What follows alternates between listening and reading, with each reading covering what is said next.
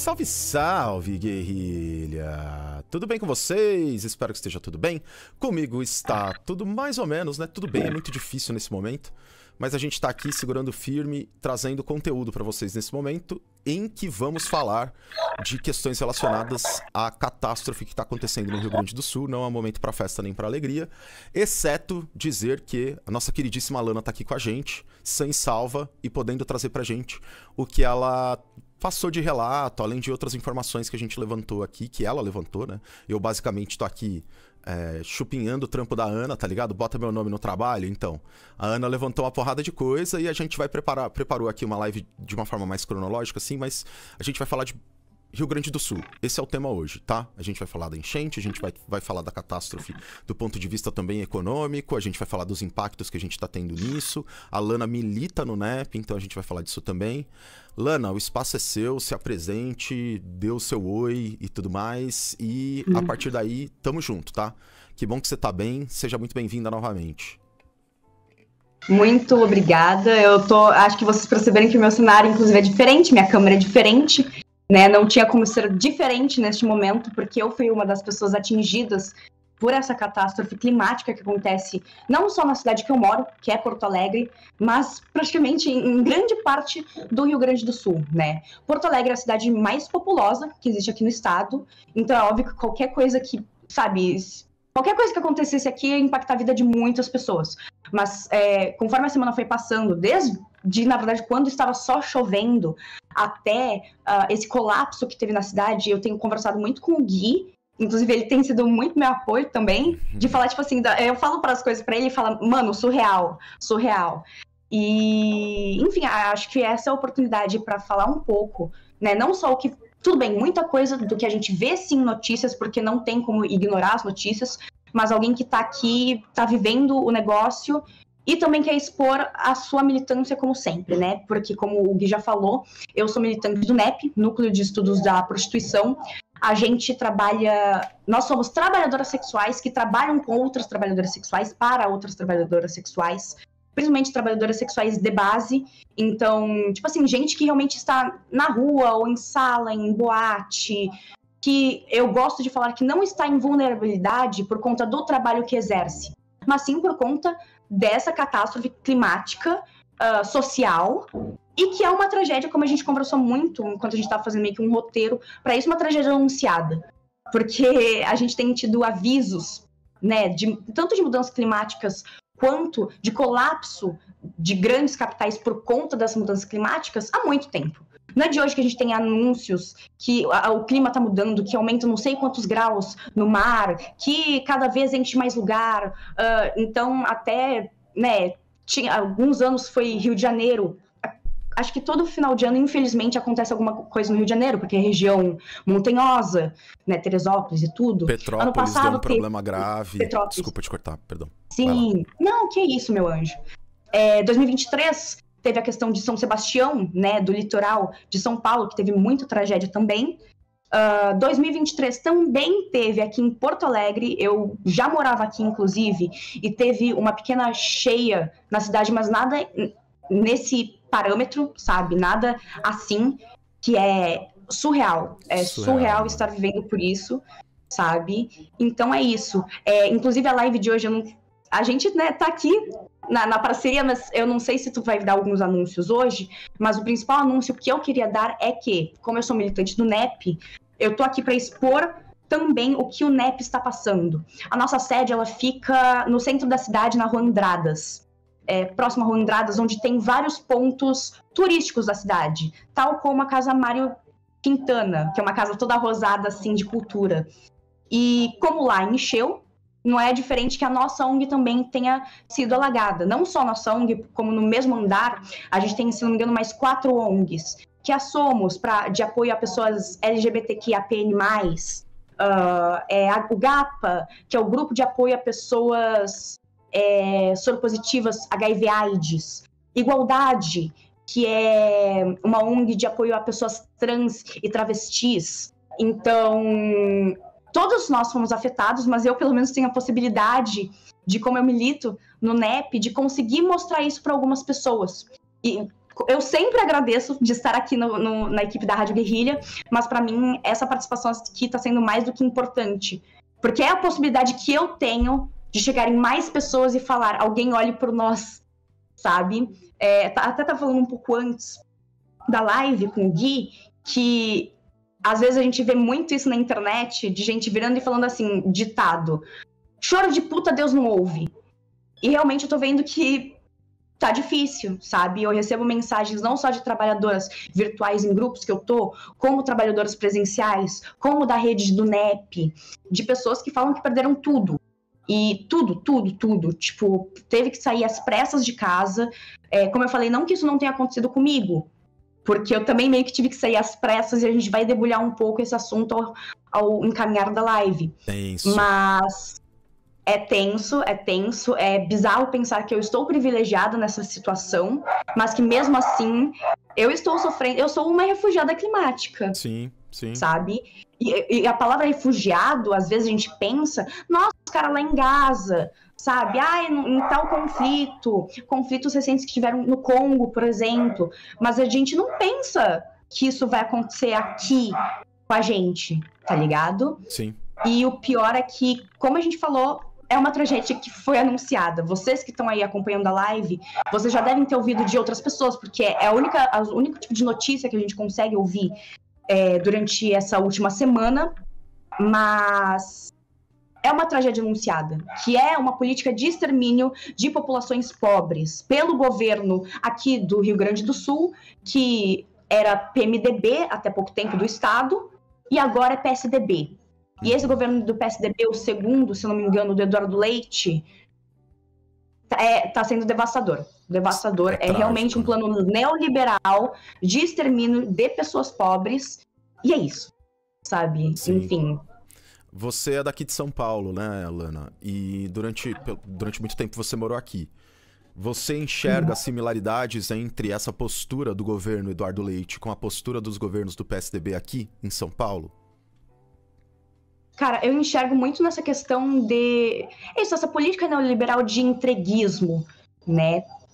Por exemplo, a gente estava fazendo a nossa pesquisa, né? E o Eduardo Leite, eu já chamava, né? A gente já sabia que a gente chamava ele de Margaret Thatcher, a nossa Margaret Thatcher. Por quê? Porque ele tá privatizando tudo. Neoliberal para um caralho. É o exemplo do neoliberalismo que a gente tem, tipo assim, gritante no nosso país. Porque se a gente olhar para a cidade de Porto Alegre, que é a cidade que eu moro, eu sou de São Paulo, mas eu moro há aproximadamente 2 anos aqui em Porto. E existe foi uma diferença que eu notei ao começar a morar aqui, que a gente não tem, por exemplo, supermercado. A gente tem o Zafari. A gente não tem farmácias, a gente tem a Panvel. A gente não tem, por exemplo, construtoras. A gente tem a Melnick, que é uma construtora que está comprando toda a cidade de Porto Alegre para fazer seus empreendimentos imobiliários. E, assim, a gente sabe muito bem que conforme essas empresas elas falam que elas vão melhorar, que não, se privatizar melhora. Não é isso que está acontecendo, sabe? Em São Paulo, a gente tem também a discussão da privatização da água, isso é um negócio que vem desde o ano passado, e a gente sabe também que esse projeto de privatização, ele chega primeiro em outros lugares que não São Paulo. Por quê? Porque se for em São Paulo, todo mundo vai reclamar de pronto, não vai passar logo em São Paulo, que é a maior cidade do país, então não vai acontecer em nenhum lugar a privatização. Mas aqui, por exemplo, a gente já tem a luz privatizada, ó. E vocês acompanham notícias de quando acontece algum evento de ordem climática, como, por exemplo, foram os vários ciclones que a gente teve entre ano passado e esse ano, questão de 3, 5 meses, a gente ter 5 ciclones. Totalmente inéditos, quebrando vários recordes de velocidade de vento, uma coisa assim, surreal. Sim. E é um negócio que eu também vivi aqui, tá? E pra mim foi muito assustador. Porque eu já passava pelas chuvas em São Paulo. Eu passei por inundação em São Paulo. Minha casa já foi alagada em São Paulo, sabe? Já caiu o teto da minha casa até. Tipo assim, que situação de barril por todo lugar que eu passo. Mas eu nunca vi um negócio com tanta força destrutiva que nem eu vi, por exemplo, os ciclones que atingiram a região sul, sabe? Questão de olhar pra janela e eu ficar com medo da minha janela quebrar, sabe? De, tipo assim, eu passar pela minha casa e ter água que tava que mesmo as janelas fechadas, a água estava entrando, porque era muito volume de água. E quando teve o último ciclone, eu inclusive fiquei 30 horas sem luz. 30 Teve horas lugares sem luz. aqui... 30 horas. Eu contei porque eu ficava, meu Deus. Aí eu saía de casa, voltava e falava pro meu zelador, e aí, mano? E ele falava, não voltou não. E eu falava... E como manda a agenda Aí... neoliberal, obviamente, você teve isso abatido na sua conta de luz, né? Depois, claro, eles falaram, você ficou 30 horas sem luz, a gente te dá um desconto de R$1.000. Eu tô sendo irônico. Tá? O desconto, na verdade, foi eu não ter usado, né? Só que não foi opção minha, tá ligado? Não veio indenização, tipo, né? Tipo, não veio. E eu passei 30 horas sem luz dessa vez, né? Enquanto teve pessoas que passaram 7 dias sem luz.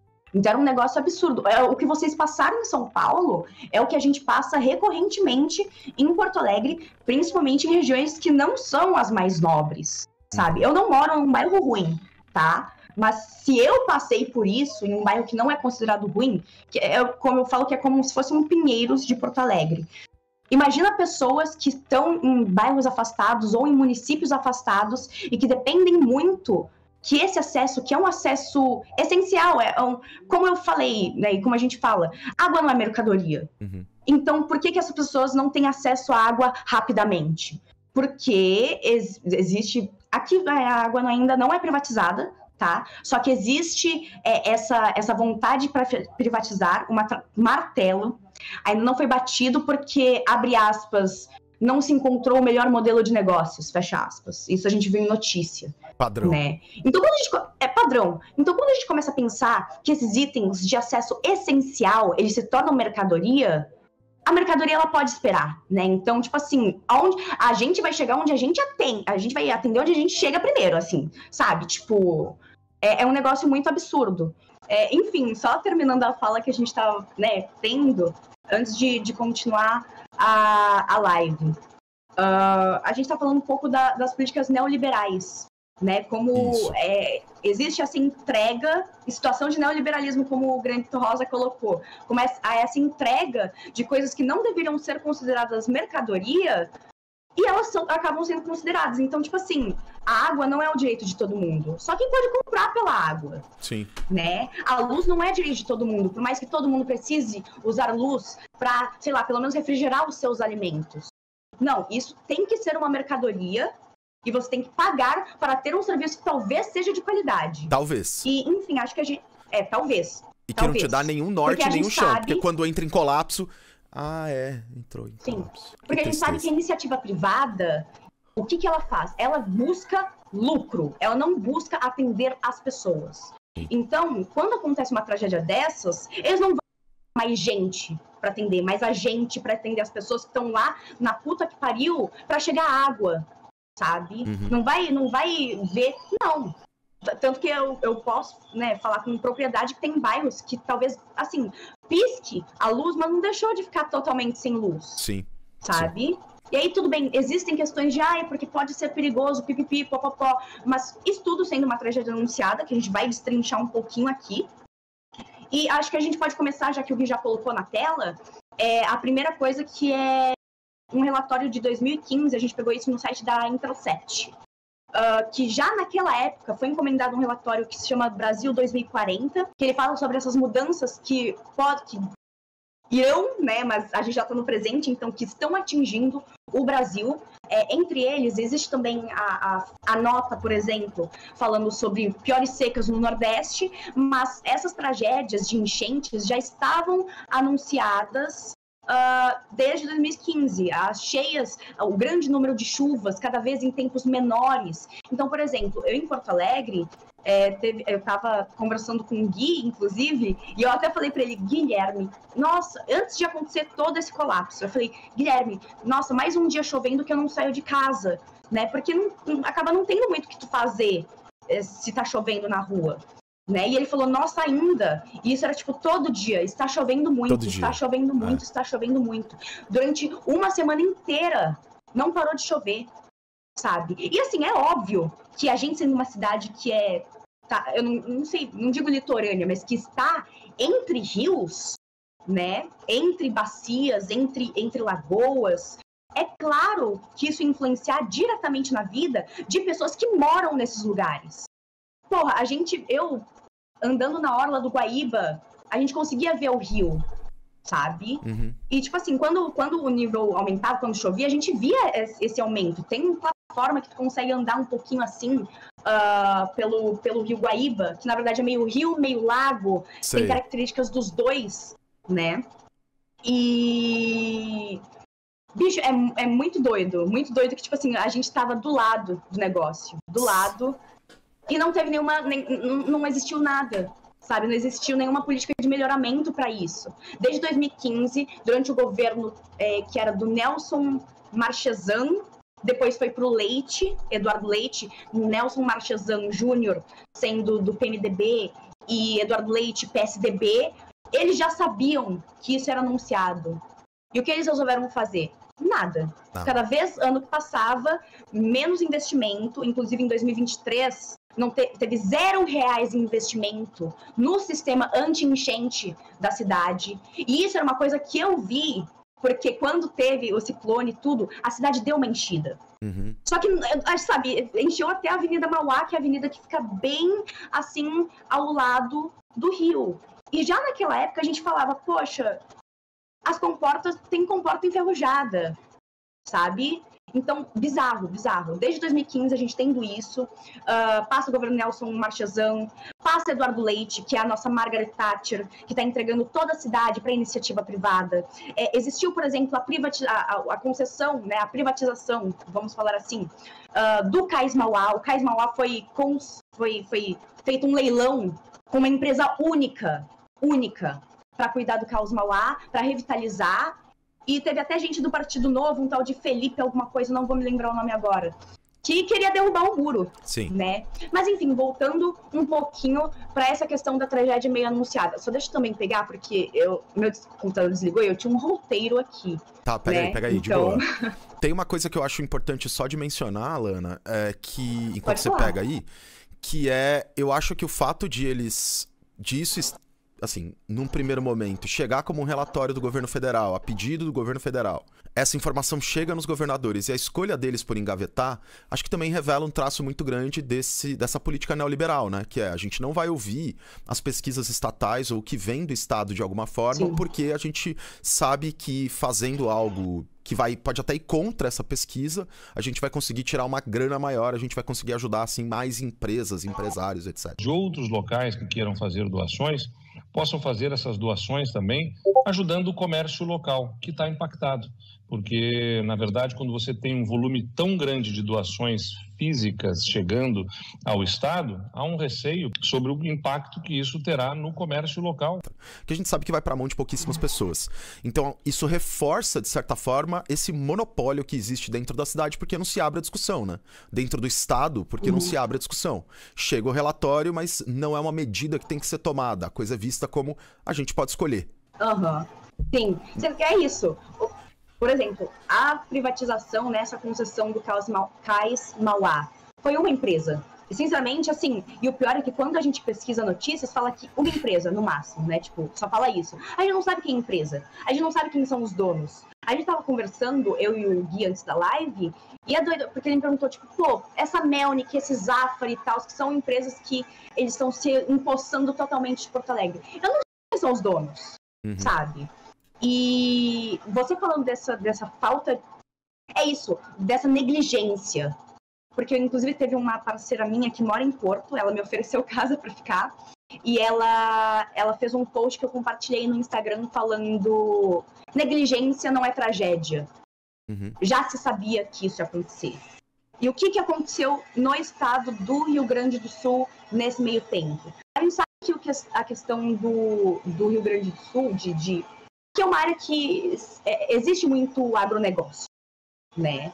Então, ao invés da gente ter iniciativas, né, que visassem a construção de áreas verdes, por exemplo, ou qualquer coisa, enfim. Eu não sou especialista, sabe? Nessa hora eu sei que todo mundo busca ser... Pode entrar. E eu sei que todo mundo busca ser especialista nessa hora, sabe? Só que quando você começa a ver Que, por exemplo, existe esse relatório, Brasil 2040, lá de 2015, época do governo Dilma, que foi entregue aos todos os governantes, principalmente da área sul. E aí tu pega e vê que o Eduardo Leite, no seu mandato, ele alterou ou limou, ou tipo assim, destruiu 480 pontos do Código Ambiental. Isso também, se tu quiser, obrigada, Gui. Nós. Diz que é injusto culpar a legislação local por tragédia climática. É foda isso, né? É fácil pra ele. Isso é foda de ler. Lana, você lê isso aqui, depois do perrengue que você... Isso aqui, mano... Eu fico puto, velho. Eu fico muito puto. Desculpa ter te cortado. Não, que isso. Porque é pra ficar puto. É pra ficar muito puto. Sabe? Eu, por exemplo, a gente tem a Duda no nosso canal, que ela é nossa roteirista também. A Duda, ela mora no Uruguai, mas ela tem a família dela. Beijíssimo, Duda. Te amo, mulher. Inclusive, quando tudo isso passar, eu vou ver se eu chego em Montevidéu, porque a gente tava combinando isso um pouco antes, né? Da hora. E... Pô, o sentimento que ela tem é o mesmo que eu tenho, porque ela tem família em Canoas, e ela falou que a família dela perdeu tudo, ela tá de longe, não pode ajudar, e ao mesmo tempo ela vê declarações do Eduardo Leite que, sabe, deixam a gente com sangue, assim, fervendo, tá ligado? Sim. Porque ele fala, é injusto culpar a legislação local. Bicho, as áreas foram entregues pra agronegócio plantar soja. Nossa, quem diria que plantar soja ia fazer um bem danado pra população? Né? Porque não ia ter nenhum, sabe? Uhum. É um negócio... Isso não se converte em nada que seja beneficiário para a população. Isso aqui é só bom para quem tem interesse financeiro ali, tá ligado? Sim, sim. É isso. Pra burguesia é bom. Pra burguesia é ótimo. Os contatos que o Eduardo Leite tem, que são todos seus amigos empresários, dono de Melnick, dono de Zafari, dono do caralho A4, é muito bom, né? Porque eles estão fazendo negócios. Só que, né, como eu falei novamente, eles estão fazendo negócios com coisas que não são mercadoria, sabe? E eu digo mais, vida não é mercadoria. E quando você começa a ver que tem bairros que foram inundados, sabe? Que eu preciso falar isso, tipo assim, eu falei pro Gui também, que a gente como ser humano, a gente é muito curioso, né? E quando alguma coisa... É uma tragédia que a gente fica tipo, nossa, a gente às vezes tem a tendência de ver mais e mais. Sim. E a gente vai começar a ver vídeos, sabe, de gore explícito. E tipo assim, isso é uma coisa que inclusive vocês não devem compartilhar, nem sequer procurar, sabe? Porque vocês não gostariam de estar nessa situação, sabe? Uma situação que, como eu falei, você se torna um refugiado, que você não tem... felizmente, eu ainda não perdi minhas coisas, né? Mas conforme a cidade ela vai ficando esse caos e a polícia, por exemplo, não tem como, né, fazer seu patrulhamento normal, né? E todas as forças elas estão viradas para o resgate de pessoas, a gente vê coisas que são muito reais. Eu tô com medo de perder as coisas mesmo estando trancadas em casa, porque as pessoas estão saqueando. E tipo assim, não vou culpar as pessoas, tá ligado? É gente que às vezes perdeu as coisas e tá lá tentando recuperar. O que tem que existir é um mínimo de segurança pública, assim, né? Uma presença mínima. De quem é a culpa? De quem é a culpa dessa instabilidade social que as pessoas se encontram, que elas estão indo na rua, que tem gente, tipo assim, desesperada por um barco, sabe? É culpa desse cara aí que tá na tela, tá ligado? Não só dele, como, por exemplo, aqui em Porto Alegre, do Sebastião Leite, que é nosso prefeito... Sebastião Melo. Que espero... desculpa, Sebastião Melo.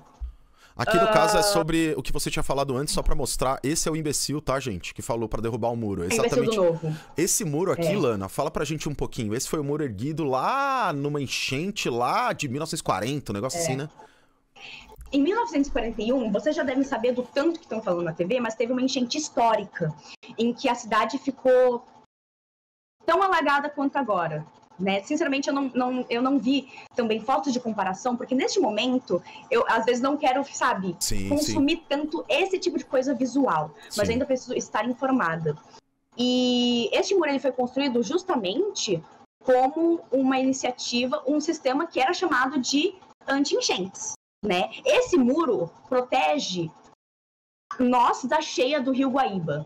Pode crer. Tá ligado? Então, vocês veem, tipo assim, nossa, o rio chegou a 5,3, que foi o máximo que chegou, acho que na manhã de terça-feira.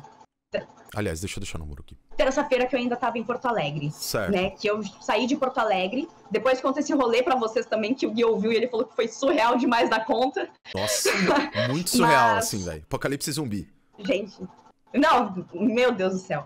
Mas, basicamente, esse muro foi erguido, é isso, pra quando houver cheias... Vocês ouvem, o nível tá em 5.33, que chegou ao máximo na terça-feira. Quando a gente fala que o rio tá em 5.33, é porque esse muro aí tá segurando, acho que 3 metros de água, tá ligado? Ainda então, segura, se não fosse, pelo amor de Deus, ainda né? assim. Ainda assim. E isso que tá impedindo a cidade realmente de ter, tipo assim, de ainda existir levemente, sabe? Eu não posso também ser tão... Eu sou terrorista, gente, eu sou dramática. Não, mas acho que você tá super certa, assim, mano. Você não tem o muro, Lana? Acabou. Sabe? A cheia de 1941 aconteceu do jeito que vocês veem em fotos, porque não tinha esse muro. Então... Depois que aconteceu isso, resolveram fazer um sistema pra impedir isso, porque, é uma cidade que era portuária também, né? Continua sendo portuária. Ainda existe o Cais Mauá, sabe? Inclusive, esse lugar aí é um lugar que você pode visitar, sabe? Que eu andei de barco aí. Inclusive, eu até conversei com o Gui, que tem um filme que ganhou o Festival de Cannes de 1960 alguma coisa, que fala sobre a Ilha das Flores, que é que fica também entre Porto Alegre e a Ilha das Flores, né? E, inclusive, você consegue ver muito grande, assim, a desigualdade social. Porque você vê uns casarão quando a viagem começa, e no final dela você vê umas casas de pau a pique, saca? Foda. Enfim, este muro, tudo bem, a gente entende que pra você proteger a cidade, você precisa, sim, de manutenção dessas coisas. Só que os caras, eles falam assim, não, a gente vai entregar pra iniciativa privada, e os caras, eles, como aconteceu com a concessão do Cais Mauá. Está nas notícias que a empresa que fez essa concessão, né, que comprou, que fez esse lote único, que ganhou esse licenciamento, sim. Exatamente, obrigada, Gui. Essa licitação, essa concessão, eles falam assim, não, a empresa terá a obrigatoriedade de construir um muro móvel. Porque é isso, você precisa também da mobilidade. Aí eu te pergunto, mais uma vez, uma iniciativa privada que visa o lucro, como que ela vai construir esse muro? Tá ligado? Se esse muro aí tá ruim, imagina o que a Melnick for construir. Eu nem sei se é a Melnick. Não, e ainda pegando tipo financiamento do BNDES ainda. Pedindo dinheiro para Banco do Estado para fazer a obra, fazendo porcamente, dando 1000 merdas e mas não teve dinheiro, não teve verba. Inclusive, eu tô vendo um pequeno trollzinho aqui no chat, falando comunista em 2024? Pois é, né, amigo? Imagina você ver essas coisas e você não se revoltar. Porque eu tô aqui revoltadíssima, velho. Eu não posso voltar pra casa, sabe? Não tem como, tá ligado? Mas, enfim. Deixa eu mandar um tchau, obrigado. Alguém manda um tchau, obrigado aí pro camarada. Beijão, meu amigo. Tchau, obrigado. Seja liberal na economia e doe para movimentos sociais. É isso aí, entendeu? Pronto. Seja liberal na economia e doe para movimentos sociais. Inclusive, se você colocar ponto de exclamação NEP, que é a instituição que eu sou militante, vai aparecer tanto o Instagram quanto o Pix, que a gente está reunindo, porque nessa hora a gente não tem força braçal. Quem é no NEP sou eu e mais 2 mulheres, que são prostitutas também. Então, eu estou isolada, a outra está isolada no litoral, eu estou no interior, e a outra está em Porto Alegre, isolada. Então, por favor, eu peço encarecidamente que vocês entrem em contato com o NEP, que vocês entrem em contato com movimentos sociais do Rio Grande do Sul, e que vocês doem para o NEP, porque mais do que ajuda a resgate agora, que a gente não vai conseguir fazer, e é uma coisa que todo mundo pensa, a gente tem que pensar depois. Sim. Porque se o comércio vai voltar daqui a 30 dias, eu não sei quantos trabalhadoras sexuais que trabalham no mercado público, onde eu passo todo dia, eu converso com elas, vão voltar, sabe?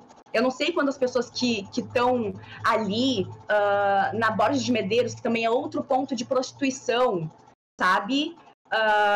Quando que isso vai... Quando que elas vão voltar? E também de outras áreas, porque hoje em dia... Com o que eu vejo, né, da experiência do NEP, é que o negócio não tá só no centro da cidade. Depois da pandemia, deu uma mega pulverizada. Sim. Então, tipo assim, todas essas regiões, elas não têm mais seus pontos de prostituição, sabe? As pessoas estão em casa e não tem como ter o seu do dia a dia. E como eu falei no começo da live, tem gente que vira e fala, choro de puta, Deus não ouve. Então que pelo menos os comunistas ouçam e consigam ajudar o NEP. Maravilha, maravilha. Mas enfim... Porque o ponto é, a política neoliberal, ela não chega hoje no estado do Rio Grande do Sul, e isso já vem há um tempo, como a gente viu no relatório Brasil 2040, desde 2015 isso está sendo avisado, e até hoje não existe nenhuma resposta efetiva a isso. E eu me lembro disso aqui, ó, que a gente separou. Aí lá vem. Não, é do governador anterior, Marquesan. Sim. Perdeu verba milionária destinada a sistema anti-enchente. O governo federal destinou 121,9 milhões para obras de drenagem, mas dinheiro não foi aplicado porque a prefeitura perdeu prazos. Atual gestão detalha investimentos, mas não demonstra valores contra cheias do Guaíba. Essa matéria é de 7 de maio de 2024, é extremamente recente. Agora, 2 dias, né? Isso. E sabe por que eles não conseguem detalhar os gastos contra cheias no Guaíba? Porque a gente viu uma notícia, Guilherme, lá no G1, falando que o que eles gastaram em 2023. Vou mostrar pra galera aqui, ó. Nada. Nem um centavo, mano. Isso foi um bagulho que eu tava vendo. A gente tava vendo junto, né, Lana? Opa, entrou o bagulho do bot aí. A gente tava vendo junto e eu lembro que eu parei, eu fiquei tipo uma cota, assim, né? Essa é uma matéria do UOL, gente. Ela é uma matéria bem longa, tá? Uma matéria bem completa. E Porto Alegre não investiu nenhum centavo em prevenção contra enchentes em 2023. Eles fazem um levantamento aqui, né, Lana? Aqui, ó. Gastos por ano. 2021, 1,7 milhão. 2022, 141 mil. E 2023, 0. O que aconteceu em 2023 mesmo, Lana? Que você tava falando? Ah, o ciclone, né? Ah, entendi. Inclusive, a primeira cheia que ultrapassou o Rio Guaíba, que tinha sido a nossa marca histórica até o momento, quer dizer, tirando a cheia histórica, né? Mas que tinha sido uma marca histórica pra gente, aconteceu ano passado. Mano... E tipo assim, e o governador é o mesmo. Eu queria ser o Mickey e enfiar os dois braços no meu olho, assim, que nem aquele meme do Mickey, tá ligado? É um bagulho de deixar muito puto, você fica muito nervoso quando você vê um bagulho desse. Porque é um descaso muito grande. Vai lá. Quanto mais você vê, quanto mais você cavuca as notícias, mais revoltado você fica. Porque é isso, a gente fala que é uma tragédia anunciada, mas mais do que isso, é uma negligência. Enfim, inclusive a gente pesquisando, a gente viu que esse Nelson, né? Marchesan. Ele inclusive teve uma notícia que a gente viu, Guilherme, desse cara falando que ele queria derrubar a porra do Cais Mauá, e ele escreveu, abre aspas, que ele queria ser o piloto que fosse derrubar o muro. O mesmo Nelson Marchesan, esse aqui, ó, esse otário aqui. E aí tem um detalhe também nessa matéria do Não Gastou um Centavo, que é aquele parágrafo que a gente tinha separado, eu vou ler pra galera rapidamente aqui, ó. Apesar da falta de atentem-se, 0%, nada de investimento no ano passado. Apesar da falta de investimentos, há dinheiro disponível. O DEMAI, Departamento Municipal de Águas e Esgotos, responsável por cuidar da gestão da área, tem 428,9 milhões no chamado ativo circulante. Essa expressão representa... Esse que a gente pode... mexer, né? Pode falar. Não, essa expressão representa os bens... investir, gente! Esta expressão representa os bens de maior liquidez de uma empresa, ou seja, que podem ser convertidos em dinheiro em até 12 meses. Enquanto o gasto com proteção contra cheias foi 0, o resultado patrimonial apresentou superávit de 31,1 milhões, informa trecho do balanço do DEMAI. Que porra é essa, mano? E aí, a gente vê isso aí, e sabe como que eles vão utilizar essa notícia? Primeiro que é o que eu falo, como eu falei no começo, né, a gente não pode encarar água como mercadoria, e o DEMAI é o Departamento Municipal de Águas e Esgoto. Eles vão utilizar dessa notícia para primeiro virar e falar assim, pô, tá lucrando um monte e não tá fazendo nada? Tá sobrando grana. Então a gente tem, tá sobrando grana, tem que privatizar, porque aí vai ficar mais barato, aí os caras vão investir mesmo, e não sei o que, a gente sabe que não é assim.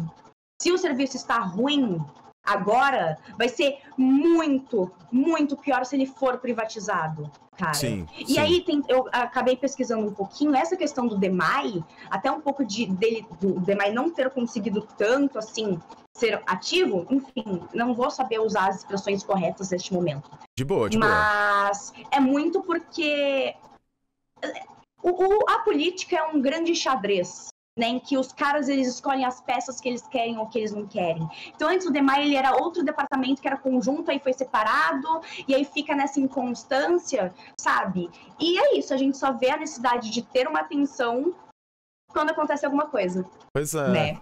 Pois é horrível isso, assim.